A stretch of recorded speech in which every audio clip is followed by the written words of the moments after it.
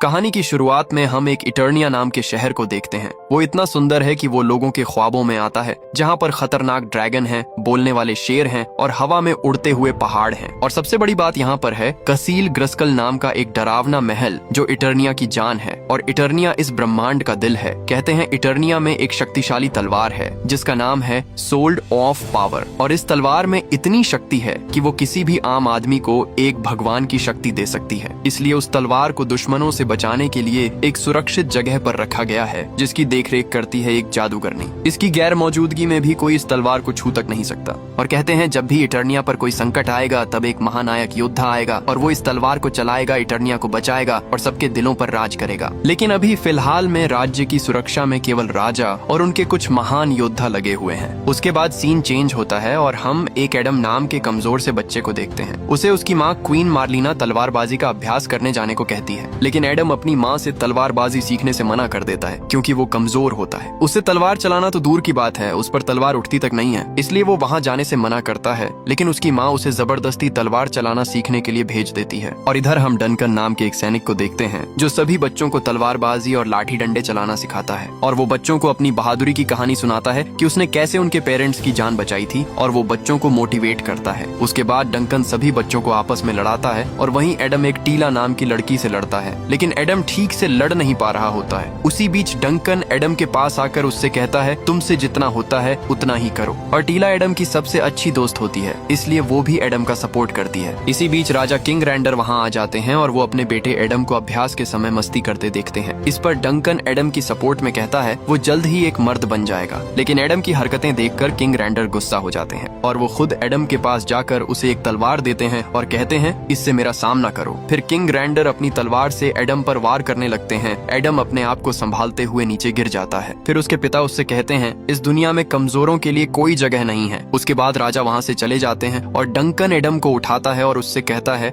तुम्हें ताकतवर दिखना है राजा, अभी पीछे मुड़कर तुम्हें देखेंगे। लेकिन राजा पीछे मुड़कर नहीं देखते। ये देखकर एडम उदास होकर वहाँ से चला जाता है। अब एडम यहाँ पर उदास होकर खड़ा होता है, तभी यहाँ पर टीला आ जाती है। एडम टीला से उसे अकेला छोड़ देने को कहता है, लेकिन टीला उससे कहती है आज तुम मुझे पहले से ज्यादा ताकतवर लगे। ये कहते समय ही टीला को सामने जादूगरनी दिखाई देती है जो चमक रही होती है और तभी उनके पीछे एक भयंकर ब्लास्ट होता है। और तब उन्हें पता चलता है कि इटर्निया पर एक स्केलेटर नाम के खतरनाक दुश्मन ने हमला कर दिया है। आसमान में बहुत सारे शिप्स उड़ रहे होते हैं जो इटर्निया पर लगातार हमला करते जा रहे होते हैं। और राजा को यह बात पता चलती है तब तक बहुत देर हो चुकी होती है। अब डंकन राजा और बच्चों को किसी सुरक्षित जगह ले जाने की कोशिश करता है। और इधर राजा की फौज दुश्मनों के सामने ज्यादा देर टिक नहीं पा रही होती क्योंकि दुश्मन बहुत ताकतवर और खतरनाक होते हैं जिनके पास अलग अलग पावर्स होती हैं। हालांकि पावर्स किंग रैंडर के मेन सैनिकों के पास भी होती हैं। वो इटर्निया को बचाने की पूरी कोशिश करते हैं। और इधर रास्ते में डंकन राजा रैंडर और बच्चों के लिए दुश्मनों से अकेला ही भिड़ जाता है और कुछ ही देर में रास्ता साफ कर देता है। लेकिन रास्ते में अब एक ट्रैप जाव नाम का खतरनाक दुश्मन आ जाता है। इसे देखकर डंकन पहले तो राजा और बच्चों को दूसरे रास्ते से जाने के लिए बोल देता है और उसके बाद अकेला ट्रैप जाव से लड़ने लगता है। और इधर टीला को अपने पिता की चिंता होती है तो वो वापस अपने पिता के पास चली जाती है। दरअसल टीला डंकन की सगी बेटी होती है। अब डंकन और दुश्मन बहुत तेज लड़ाई कर रहे होते हैं और डंकन दुश्मन पर भारी पड़ता है और डंकन दुश्मन को मारने ही वाला होता है। उसी दौरान दुश्मन अपना हथियार बदलकर डंकन को उड़ा देता है जिससे डंकन बुरी तरह घायल हो जाता है और ट्रैप जाव यहाँ पर एक बम लगाकर चला जाता है। अब टीला अपने पिता के पास आकर उन्हें उठाने की कोशिश करती है, तभी डंकन उस बम को देख लेता है और वो तुरंत उठकर बम फटने से पहले खिड़की से कूद जाता है। और दूसरी ओर राजा और उसके परिवार को दुश्मन घेर लेते हैं। और यहाँ पर सामने आता है कहानी का मेन विलन स्केलेटर। अब किंग रैंडर अपने बच्चे एडम और अपनी पत्नी से वहाँ से जाने को कहते हैं और क्वीन मार्लिना एडम को बचाने के लिए वहाँ से भाग जाती है और राजा रैंडर अकेले ही दुश्मनों से भिड़ जाते हैं। रैंडर कुछ देर तक दुश्मनों को मारते हैं लेकिन उसके बाद दुश्मन उन्हें पकड़ लेते हैं। फिर स्केलेटर अपनी शक्ति से राजा की मूर्ति का सिर काट देता है और राजा का ताज उतार कर खुद पहन लेता है। उसी वक्त उसकी जादूगरनी आ जाती है जिसका नाम है एवेलीन। अब स्केलेटर राजा रैंडर को बंदी बना लेता है और इटर्निया पर कब्जा कर लेता है। और इधर रानी और उसका बेटा एडम जादूगरनी के पास आते हैं और उससे कहते हैं स्केलेटर यहाँ तलवार लेने आ रहा है। लेकिन इस पर जादूगरनी रानी से कहती है ऐसा कभी नहीं होगा, तुम चिंता मत करो। अब जादूगरनी एडम से तलवार यहाँ लाने को कहती है। उसके बाद एडम तलवार के पास जाता है और तलवार को उठा लेता है। उसी दौरान जादूगरनी अपने जादू से एक पोर्टल खोलती है और रानी जादूगरनी से एडम को तलवार के साथ पृथ्वी पर भेज देने को कहती है। रानी एडम से को इसका ख्याल रखने का बोलती है और कहती है कभी मत भूलना कि तुम कौन हो। तभी यहाँ पर स्केलेटर आ जाता है और वो तलवार मांगता है, लेकिन रानी उसे तलवार देने से मना करती है तो वो रानी पर हमला करके उसे दूर फेंक देता है। ये देखकर एडम को बहुत बुरा लगता है। तभी जादूगरनी एडम को कहती है, इस तलवार को कभी खोना मत, यही तुम्हें घर वापस लाएगी। और जादूगरनी एक कवच बनाते हुए एक पक्षी में बदल जाती है और एडम पोर्टल में कूद जाता है। जाते समय एडम के हाथ से तलवार छूट जाती है और एडम पृथ्वी पर एक नदी में आकर गिरता है और तलवार कहीं और जाकर गिर जाती है। और अब हम 15 साल बाद का सीन देखते हैं, जहाँ पर एडम बड़ा हो चुका है और वो एक लड़की के साथ डेट पर आया हुआ है, लेकिन वो लड़की एडम की एक अजीब कहानी सुनकर उसे रिजेक्ट करके यहाँ से चली जाती है। फिर एडम रोज की तरह उदास होकर घर वापस आ जाता है। घर पर उसके साथ उसका एक दोस्त भी रहता है और वो एडम का चेहरा देखकर समझ जाता है कि आज भी एडम ने एक नई लड़की को उसकी कहानी सुना दी, जिसकी वजह से फिर से उसे एक और लड़की रिजेक्ट करके चली गई।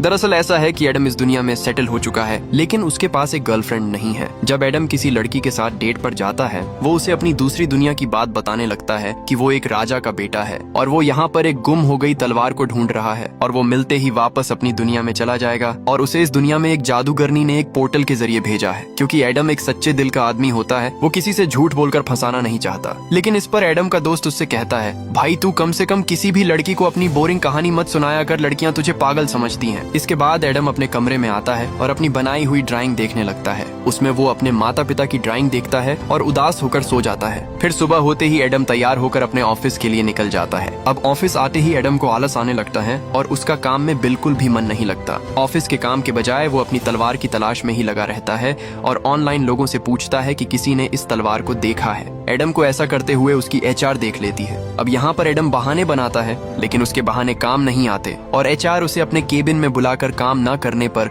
बहुत कुछ सुनाने लगती है। लेकिन उसी समय एडम के फोन पर एक मैसेज आता है जिसमें किसी ने उस तलवार को देखा होता है, लेकिन एचआर एडम को फोन से हाथ लगाने से मना करती है। फिर भी एडम फोन उठाकर मैसेज देखता है और तलवार के बदले कोई उससे $300 मांगता है। यह देखकर एडम अपनी एचआर की एक नहीं सुनता और तुरंत वहाँ से उठकर चला जाता है, क्योंकि एडम इस मौके को अपने हाथ से जाने नहीं दे सकता था। उसके बाद एडम एक टॉयज मॉल में आ जाता है और उस आदमी को ढूंढने लगता है जिसने उसे मैसेज किया था। अब एडम मॉल में हर किसी से उस तलवार के बारे में पूछने लगता है। लोग एडम की अजीब बातों से उसे पागल समझने लगते हैं, लेकिन सही समय पर वो आदमी एडम के पास आ जाता है जिसने उसे मैसेज किया था। फिर वो आदमी एडम को उसकी तलवार तक ले जाता है और तलवार एक टॉय के हाथ में रखी होती है। आदमी एडम से कहता है वो रही तेरी तलवार, जाकर ले ले, लेकिन एडम उससे कहता है मैं ऐसे नहीं ले सकता उसे। इस पर आदमी कहता है वो तेरी है या तेरे दादा की, मुझे तो सिर्फ पैसों से मतलब था। ये कहकर आदमी वहाँ से चला जाता है और अब एडम तलवार को टॉय के हाथ से निकालने की कोशिश करता है, लेकिन मॉल का स्टाफ उसके पास आकर कहता है हाथ लगाना मना है। लेकिन एडम उससे कहता है तुम टेंशन मत लो, ये तलवार मेरी ही है। उसके बाद एडम तलवार को निकालने की पूरी कोशिश करता है और अजीब सी हरकतें भी करता है। ये देखकर लोग उसकी वीडियो बनाने लगते हैं। अब जैसे तैसे एडम तलवार को निकाल लेता है। फिर एडम लोगों से कहता है अभी बिजली चमकेगी और मैं यहाँ से गायब हो जाऊंगा। फिर एडम तलवार को ऊपर उठाकर उसे यूज करने की कोशिश करता है, लेकिन वहाँ पर कोई बिजली नहीं चमकती। ये देखकर एडम उदास हो जाता है। उसी बीच एडम वहाँ से तलवार लेकर भाग जाता है और तलवार को अपने घर ले आता है। एडम अपने रूम में जाकर तलवार से बातें करता है और अपने डेड की पेंटिंग देखकर उदास हो जाता है और तलवार के साथ ही सो जाता है। सुबह होते ही एडम के घर पुलिस आ जाती है, क्योंकि उसने मॉल से चोरी की होती है। उसके बाद पुलिस एडम को पकड़कर थाने ले जा रही होती है। तभी रास्ते में उन्हें बहुत ज्यादा ट्रैफिक जाम मिलता है। ट्रैफिक देखकर दोनों पुलिस वाले गाड़ी से उतर कर देखते हैं तो सभी लोग अपनी अपनी गाड़ियों से निकलकर भाग रहे होते हैं और अगले ही पल हम देखते हैं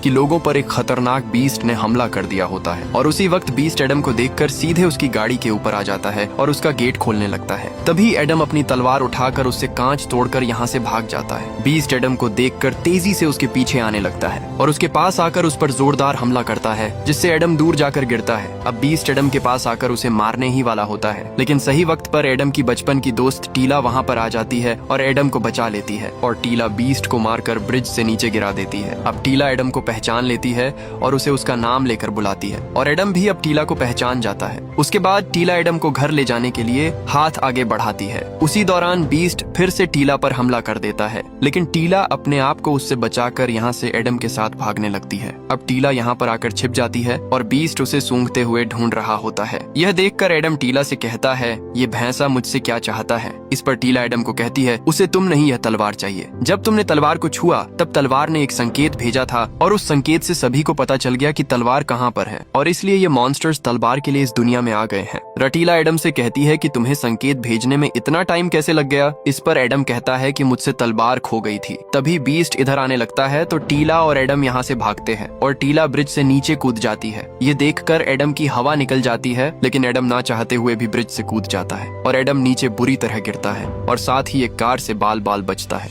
उसके बाद दोनों भागने लगते हैं, लेकिन बीस्ट तलवार का पीछा नहीं छोड़ता। वो यहाँ पर भी आ जाता है, लेकिन अगले ही पल बीस्ट को एक ट्रक टक्कर मार देता है और टीला और एडम को भागने का मौका मिल जाता है और टीला एडम को सीधे अपने शिप के पास लेकर आती है। अब शिप के अंदर जाते समय एडम वहाँ खड़े सभी लोगों से कहता है, देखा ना, मैं सच बोल रहा था, लेकिन तुम लोग मुझे पागल समझ रहे थे। उसी बीच बीस्ट यहाँ पर भी आ जाता है। अब बीस्ट इनके पास पहुँचता उससे पहले ही टीला शिप का गेट बंद कर देती है और अपने शिप को लेकर यहाँ से निकल जाती है। अब रास्ते में एडम टीला को घूर कर देखता है और उससे कहता है, कितनी बड़ी हो गई हो यार। इस पर टीला कुछ और समझती है, लेकिन एडम बात घुमा देता है। उसके बाद टीला एडम को बताती है कि उसके जाने के बाद उन लोगों ने क्या क्या सहा है। उसके बाद दोनों इटर्निया पहुंच जाते हैं। यहाँ आकर एडम देखता है कि इटर्निया पूरी तरह बर्बाद हो चुका है। अपने राज्य को इस हालत में देखकर एडम की आंख में आंसू आ जाते हैं। उसी दौरान नीचे से स्केलेटर का एक सैनिक शिप में तलवार होने का पता लगा लेता है और वहीं दूसरी ओर हम एक बदसूरत पिग को देखते हैं जो स्केलेटर को नींद से जगाता है। उसके बाद स्केलेटर नींद से जाग जाता है और अपनी लाठी हाथ में लेता है। तभी यहाँ पर एवेलिन आ जाती है और वो स्केलेटर को बीस्ट के खाली हाथ लौटने की खबर देती है। उसके बाद स्केलेटर बीस्ट के पास आता है और उसे नाकाम होने पर अपनी छड़ी से सजा देता है। इस पर बीस्ट स्केलेटर को टीला के बारे में बताता है और कहता है कि उसकी वजह से वो तलवार नहीं ला पाया। उसी दौरान एवेलिन बताती है कि टीला का शिप इटर्निया के आसमान में घूमते देखा गया है। उसके बाद स्केलेटर समझ जाता है कि तलवार वापस यहीं पर आ चुकी है। फिर स्केलेटर अपने सिपाहियों से टीला के शिप का पीछा करने को बोल देता है। उसके बाद स्केलेटर एवेलिन से अपनी ताकत के बारे में पूछता है। इस पर एवेलिन स्केलेटर को पूरे यूनिवर्स से भी ज्यादा ताकतवर बताती है और कहती है, आपके पास तो हर चीज है, अब आपको और क्या चाह है। इस पर स्केलेटर गुस्सा हो जाता है और एवेलिन के हाथ को पकड़कर उससे कहता है, मेरा सब कुछ छीन सकता है जब तक वो तलवार किसी और के हाथ में है। मुझे वो तलवार चाहिए और उसकी मदद से मैं भगवान बन जाऊंगा। और इधर टीला एडम को शाही सेना के पास ले जाती है जो स्केलेटर के डर से छुप कर रह रही है। अब टीला एडम को अपने लोगों के पास ले जाने लगती है और वहीं स्केलेटर का एक सैनिक शिप का पीछा करते हुए यहाँ तक आ जाता है और वो एडम के पास उस तलवार को देख लेता है। इधर टीला एडम को अपने साथियों के बारे में बता रही होती है, तभी उसे फिस्टो नाम का आदमी एक कमरे में खींच लेता है और वो टीला से कहते हैं, तुम इतने टाइम कहाँ गायब थी, हमने तुम्हें कहाँ कहाँ नहीं ढूंढा। इस पर टीला उससे कहती है, मुझे स्वर्ड ऑफ पावर यानी वो तलवार मिल गई है और उसे चलाने वाला भी। अब टीला एडम के बारे में सबको बताती है और कहती है, यही है राजा का बेटा एडम। लेकिन फिस्टो उसे राजा का बेटा मानने को तैयार नहीं था। इस पर एडम अपना पहचान पत्र निकाल कर दिखाता है। तभी यहाँ पर राममैन नाम का आदमी आ जाता है और एडम उसे देखते ही धक्केबाज कहकर बुलाता है। दरअसल एडम बचपन में राममैन को धक्केबाज के नाम से ही जानता था, लेकिन अभी भी ये सभी लोग एडम को राजा का बेटा मानने को तैयार नहीं थे। तभी फिस्टो एडम से पूछता है, मैं कौन हूँ, तुम मुझे तो जानते ही होगे। एडम इस पर फिस्टो को मुक्केबाज बताता है और सब एडम पर हंसने लगते हैं। उसके बाद एडम से राममैन वो तलवार छीन लेता है और टीला और एडम दोनों को एक कमरे में बंद कर देते हैं और इसी कमरे में एक भिखारी जैसा आदमी सो रहा होता है जिसने बहुत शराब पी रखी होती है। और वहीं एडम को एक रोबोट दिखती है जो पोछा लगा रही होती है। एडम उस रोबोट को क्लास 4 का सबसे खतरनाक रोबोट बताता है क्योंकि पृथ्वी पर यह टॉप लेवल पर था। वहीं सभी लोग मिलकर तलवार की जांच करते हैं और उन्हें पता चलता है कि यह वही असली तलवार है। तभी यहाँ पर स्केलेटर की फौज हमला कर देती है और इधर टीला इस कमरे से गेट को तोड़कर बाहर निकलने की कोशिश कर रही होती है। तभी बाहर के धमाके की आवाज आने लगती है और टीला यहाँ से निकलने की तरकीब लगा रही होती है। वहीं एडम उस रोबोट से उसकी मदद करने को कहता है, लेकिन रोबोट अपने आप को काम वाली बताती है। लेकिन एडम रोबोट को उसकी मदद करने के लिए मना लेता है और रोबोट बड़ी आराम से गेट तोड़ देती है और रोबोट एडम से कहती है, मैं अब काम वाली वाला काम नहीं करूंगी। और फिर ये तीनों यहाँ से जाने लगते हैं। तभी टीला वहाँ पड़े नशेड़ी को पापा कहकर बुलाती है। ये देखकर एडम शॉक्ड हो जाता है। दरअसल ये नशेड़ी टीला के पिता डंकन है जो बचपन में एडम और सभी बच्चों को तलवारबाजी सिखाया करते थे। अब टीला अपने पिता के मुंह पर पानी मारकर उन्हें होश में लाती है। फिर वो एडम को देखकर उससे पूछते हैं, तुम कौन हो। इस पर एडम डंकन को सारी बात बताता है। तभी डंकन उल्टी कर देता है। उसके बाद डंकन को सब याद आ जाता है, लेकिन वो फिर से सो जाता है। लेकिन अगले ही पल रोबोट उन्हें उठाकर टीला और एडम के साथ जाने लगती है। बाहर आकर पता चलता है कि यहाँ पर खतरनाक लड़ाई चल रही होती होती है। उसी समय राममैन एडम को तलवार देकर यहाँ से जाने के लिए कहता है। स्केलेटर के हाथ ये तलवार नहीं लगनी चाहिए। फिर ये सभी लोग यहाँ से भागने लगते हैं, लेकिन इनके पास तलवार होने की वजह से सभी दुश्मन इन लोगों पर ही गोलियां बरसा रहे होते हैं। वहीं टीला भागते हुए नीचे कूद जाती है। यह देखकर एडम और डंकन डर के मारे रुक जाते हैं। तभी डंकन फिसलने की वजह से बुरी तरह से नीचे गिरने लगता है। फिर टीला डंकन को उठाकर यहाँ लाती है। तभी यहाँ पर ट्रैप जाव आ जाता है।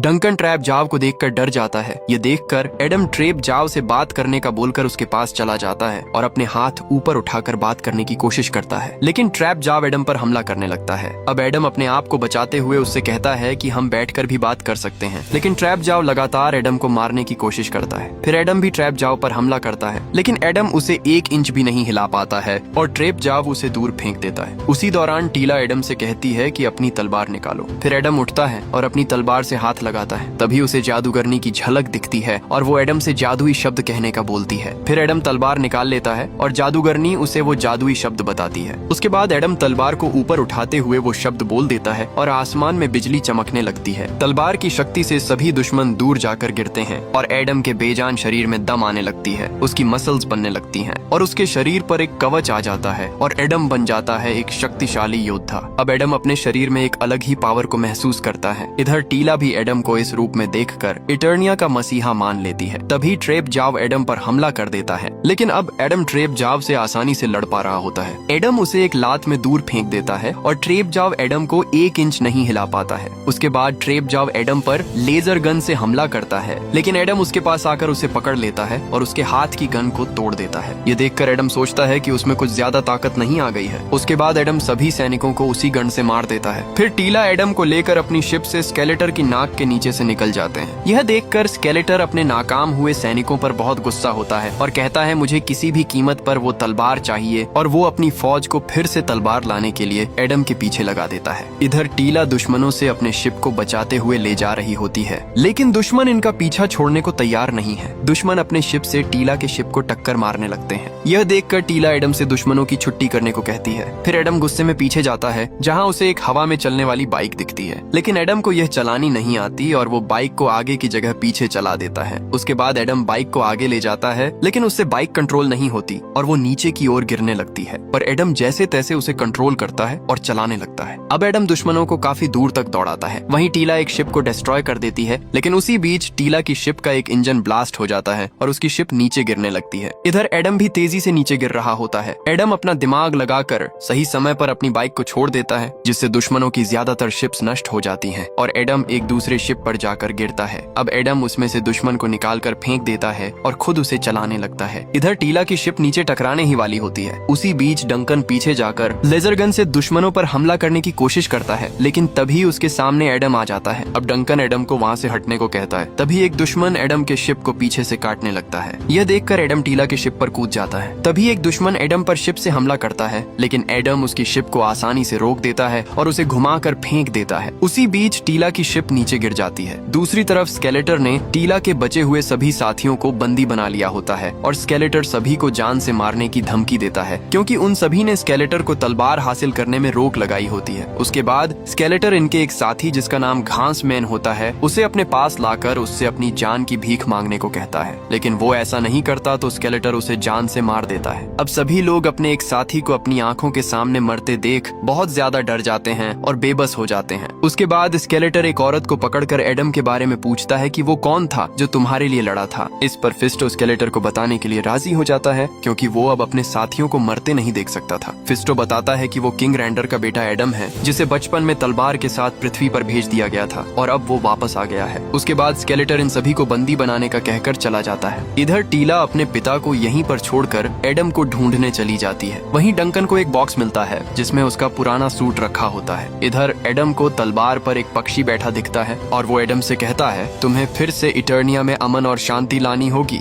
ये देखकर एडम पक्षी की ओर बढ़ रहा होता है। तभी यहाँ पर टीला आ जाती है और वो एडम से पूछती है कहीं लगी तो नहीं। इस पर एडम कहता है एक खरोंच तक नहीं आई। फिर दोनों वापस अपनी शिप के पास आकर देखते हैं तो डंकन अपना पुराना सूट पहनकर दाढ़ी बना रहा होता है। यह देखकर टीला अपने पुराने पिता को देखकर बहुत खुश होती है, लेकिन फिर टीला अपने पिता की पीने की आदत से गुस्सा होकर यहाँ से चली जाती है। फिर एडम भी टीला के पास चला जाता है। टीला एडम को देखकर उससे थोड़ी हेल्प मांगती है और एडम एक हाथ से ही पूरी शिप को उठा देता है। ये देख टीला के होश उड़ जाते जाते हैं। फिर टीला अपना काम करती है। फिर टीला एडम से पूछती है कि सुपर हीरो बनने के बाद कैसा लग रहा है। इस पर एडम खुश होकर कहता है, मुझे बहुत अच्छा लग रहा है। फिर टीला एडम से कहती है, तुम्हारे जाने के बाद मैंने तुम्हें बहुत मिस किया और मैं हर समय तुम्हारे बारे में ही सोचती रहती थी। इस पर एडम भी टीला से कहता है, मैंने भी तुम्हें बहुत याद किया। और एडम धीरे धीरे टीला को किस करने वाला होता है, तभी टीला एडम को तुम मेरे छोटे भाई जैसे हो ये कह देती है और एडम के अरमानों पर पानी फेर देती है। और थोड़ी देर बाद अचानक आसमान में स्केलेटर की छवि दिखाई देने लगती है। स्केलेटर एडम और उसके साथियों को रेंगते हुए कीड़े कहता है और कहता है, इटर्निया अब तुम्हारा नहीं रहा, अब इटर्निया मेरा है और उसकी हर एक चीज पर मेरा हक है और उसमें वो तलवार भी आती है, इसलिए उस तलवार पर भी मेरा हक है। फिर स्केलेटर एडम को बताता है, तुम्हारे माता पिता अभी जिंदा हैं, अगर तुम मुझे तलवार दे देते हो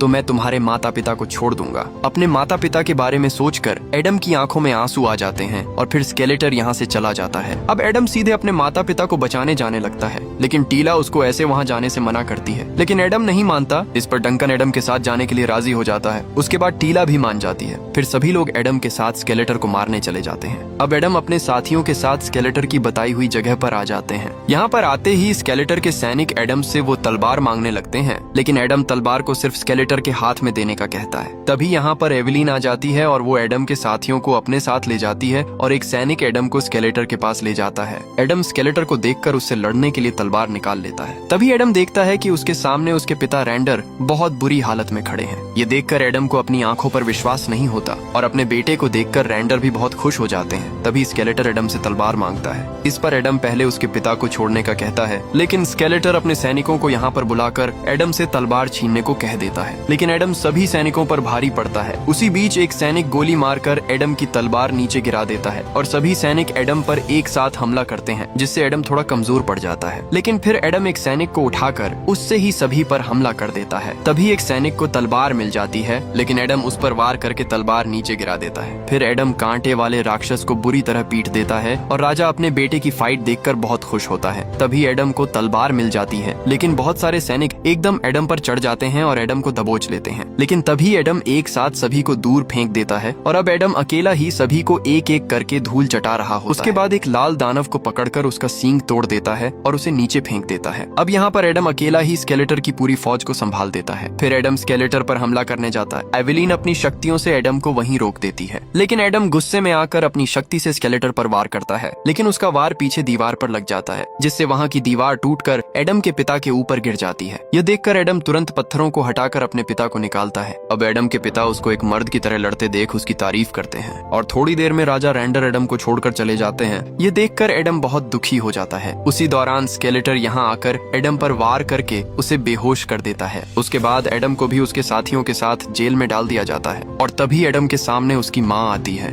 एडम अपनी माँ को देखकर बहुत खुश होता है और इधर स्केलेटर तलवार को हासिल करके बहुत खुश होता है और तलवार को ऊपर उठाते हुए जादुई शब्द बोलता है, लेकिन तलवार की शक्तियाँ काम नहीं करती हैं। ये देखकर स्केलेटर गुस्से में आकर एवेलिन की गर्दन पकड़कर उससे पूछता है, ये काम क्यों नहीं कर रही है। इस पर एवेलिन अपनी जान बचाने के लिए स्केलेटर को एक दूसरा रास्ता बताती है। फिर स्केलेटर उस रास्ते पर चल पड़ता है। इधर डंकन एडम को समझाता है और दोनों साथ में लड़ने का प्लान बनाते हैं। तभी टीला एडम को उसके सबसे प्यारे दोस्त क्रिंजर से मिलवाती है। एडम क्रिंजर से मिलकर बहुत ज्यादा खुश हो जाता है और क्रिंजर भी एडम को देखकर बहुत खुश होता है। फिर एडम सभी लोगों को एक जगह इकट्ठा करके उनको समझाता है और लड़ने के लिए मोटिवेट करता है और एक साथ मिलकर लड़ने और इटर्निया को वापस लेने का बोलता है। अब सभी लोग जोश से भर जाते हैं और लड़ने के लिए तैयार हो जाते हैं। और वहीं हम दूसरी तरफ स्केलेटर को देखते हैं, जो अपने सैनिकों से कहता है जो भी रास्ते में आए उसे जान से मार दो। इधर डंकन रोबोट में एक नया सिस्टम लगाकर उसे फाइटर बना देता है और फिर सभी मिलकर गेट तोड़कर बाहर निकल जाते हैं। हम इन सभी को एक नए जोश के साथ देखते हैं और फिर सभी लोग मिलकर एक झटके में यहाँ के सभी सैनिकों की छुट्टी कर देते हैं। उसके बाद सभी लोग दुश्मनों के शिप्स लेकर इटर्निया पहुंचकर दुश्मनों पर टूट पड़ते हैं। धक्केबाज एक ही बार में कई लोगों को हरा देता है और मुक्केबाज भी कम नहीं पड़ता। इधर दुश्मन की फौज आ रही होती है। तभी डंकन एडम और टीला से कहता है, तुम लोग यहाँ से आगे जाओ, मैं उन्हें संभाल लूंगा। उसके बाद टीला अपने पिता से आखिरी बार गले मिलती है। तभी एडम भी उन दोनों से चिपट जाता है। फिर एडम और टीला क्रिंजर के साथ आगे बढ़ते हैं, लेकिन क्रिंजर अभी भी फट्टू होता है। वो वहाँ जाने से मना करने लगता है, लेकिन एडम के लिए उसे उसके साथ जाना पड़ता है। इधर धक्केबाज और मुक्केबाज मिलकर पूरी फौज की बैंड बजा रहे होते हैं और इधर स्केलेटर यहाँ पर आकर तलवार तलवार की शक्तियां हासिल करने की जुगाड़ में होता है। तभी एडम और टीला क्रिंजर पर बैठकर यहाँ पर आ जाते हैं। स्केलेटर के सैनिक एडम को देखते ही भागने लगते हैं। उसके बाद एडम सीधे स्केलेटर के पास एंट्री मारता है और सीधे जाकर तलवार उठा लेता है और स्केलेटर देखता रह जाता है। टीला सीधे जादूगरनी पर टूट पड़ती है और वहीं क्रिंजर बीस्ट से भिड़ जाता है और इधर डंकन पर बहुत सारी फौज टूट पड़ती है, लेकिन डंकन यहाँ पर घबराता नहीं है और अपने दिमाग का यूज करके एक मूर्ति पर मिसाइल मारकर गिरा देता है, जिससे वहाँ का पुल टूट जाता है। ये देखकर दोनों बहुत खुश होते हैं, लेकिन तभी यहाँ पर ट्रैप जाव आ जाता है और वो सीधे रोबोट पर हमला करके उसे खत्म कर देता है। ये देखकर डंकन को बहुत ज्यादा गुस्सा आ जाता है और वो अपना हथियार निकालकर ट्रेप जाव पर टूट पड़ता है और ट्रेप जाव के मुंह में एक बम ठूंसकर नीचे कूद जाता है और ट्रेप जाव फट जाता है और डंकन वहीं रोबोट को मरता देख दुखी हो जाता है। इधर स्केलेटर एडम को मारने की पूरी कोशिश कर रहा होता है, लेकिन एडम अपनी तलवार की मदद से उसका वार झेल जाता है और अगले ही पल तलवार टूट जाती है। एडम दूर जाकर गिरता है। ये देखकर स्केलेटर उसे खिलौने वाली तलवार बताता है। फिर स्केलेटर एडम के सिर को पकड़ लेता है, जिससे एडम को बहुत दर्द होता है और एडम अचानक अपनी जिम में पहुंच जाता है, जहां पर स्केलेटर जिम करते करते एडम को नीचा दिखाता है। फिर एडम अपनी डेट पर पहुंच जाता है, जहां लड़की एडम से उसकी दुनिया कैसी थी पूछती है। तभी स्केलेटर यहां आकर एडम को खींच कर ले जाने लगता है। फिर वो अपने ऑफिस में पहुंच जाता है और यहाँ पर भी स्केलेटर आकर एडम से कहता है, इटर्निया तेरा घर नहीं, वो सिर्फ तेरा ख्वाब है। उसके बाद एडम प्रेजेंट में आ जाता है और स्केलेटर एडम से कहता है, अब तेरा ख्वाब टूटेगा, और स्केलेटर एडम के पेट में तलवार घुसा देता है और एडम अपने बेड से नीचे गिरते हुए दिखता है। तभी उसके पास उसका दोस्त भी आ जाता है। एडम को ऐसा लगता है कि वो सच में कोई सपना देख रहा था। उसी बीच एडम का दोस्त उसे एक ड्राइंग देकर यहाँ से चला जाता है। एडम ड्राइंग में जादूगरनी को देखता है। तभी यहाँ पर पक्षी के रूप में जादूगरनी आती है और एडम को उठने के लिए कहती है। इस पर एडम उसे बताता है, मैं हार गया और वो तलवार टूट चुकी है, अब कुछ नहीं हो सकता। तभी वो पक्षी जादूगरनी में बदल जाती है और वो एडम से कहती है, शक्ति तलवार में नहीं बल्कि तुम में है। ये सुनते ही एडम का घाव भरने लगता है। उसके बाद एडम को होश आ जाता है। ये देखकर स्केलेटर चौंक जाता है। फिर एडम अपने सीने में से तलवार को निकालता है और तलवार अपने आप फिर से जुड़ जाती है और एडम में एक नई ताकत आ जाती है। ये देख स्केलेटर की तो पेंट गीली हो जाती है और बाहर सभी लोग इस चमक को देखकर खुश हो जाते हैं। अब एडम फिर से बदल जाता है और अब एडम स्केलेटर को मारने की बजाय उससे बात करता है और उसे एक अच्छा आदमी बनने का बोलता है। इस पर स्केलेटर एडम पर हंसने लगता है और अचानक स्केलेटर एडम पर हमला कर देता है। एडम अपने आप को उससे बचाता है, लेकिन स्केलेटर एडम को दूर फेंक देता है। फिर स्केलेटर एडम पर लगातार हमला करता है, लेकिन एडम अभी तक कुछ नहीं कहता। उसके बाद एडम को गुस्सा आ जाता है और उसकी आंखों का रंग बदल जाता है। फिर एडम स्केलेटर को मारना स्टार्ट करता है। एडम स्केलेटर को ऐसा मारता है कि उसका जबड़ा तोड़ देता है। अब स्केलेटर को पिटता हुआ देख उसकी जादूगरनी यहाँ से छुपके से खिसक लेती है और इधर अब स्केलेटर एडम से बैठकर बात करने का बोलता है, लेकिन एडम उसकी छड़ी को पकड़कर उसे तोड़ देता है और छड़ी टूटते ही एक बहुत पावर वाला सर्कल निकलता है और यहाँ पर एडम स्केलेटर को हमेशा के लिए खत्म कर देता है। उसके बाद टीला एडम को उसकी तलवार देती है। तभी यहाँ पर डंकन भी आ जाता है। उसके बाद हम इटर्निया का 6 महीने बाद का सीन देखते हैं, जिसमें इटर्निया फिर से एक खुशहाल राज्य में बदल जाता है। उसके बाद हम एडम की पूरी टीम को हंसते हुए देखते हैं। अब एडम के सभी साथी जंग जीतने के बाद बहुत खुश होते हैं और इसी सीन के साथ ये कहानी खत्म हो जाती है। अगर आपको ये वीडियो अच्छी लगी हो तो प्लीज वीडियो को एक लाइक करें और चैनल को सब्सक्राइब जरूर करें।